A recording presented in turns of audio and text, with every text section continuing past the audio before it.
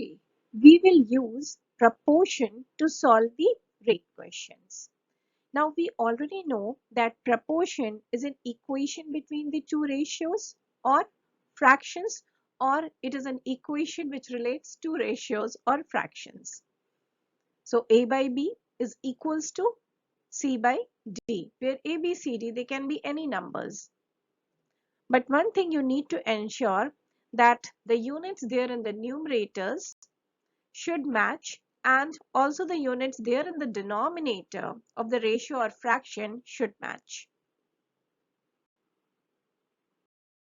Okay, we will understand this particular concept by solving a question here.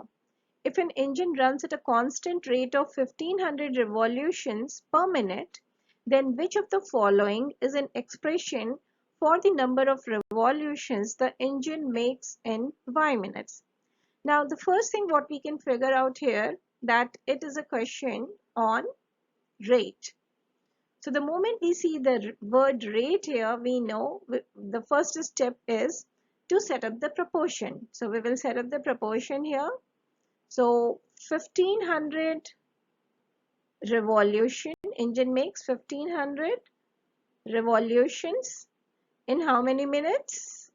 Yes, this is in 1 minute. All right. Now the question is asking for what? It's asking for the number of revolutions, the expression for the number of revolutions in y minutes.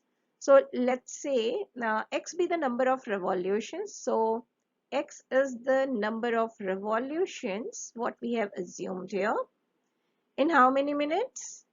In y minutes. So we have set up the proportionality here. Now we need to figure out the value of the expression for x. So cross multiply. So we have x into 1 is equals to 1500 into y. So we get x is equals to 1500 y. So that's the answer to our question B.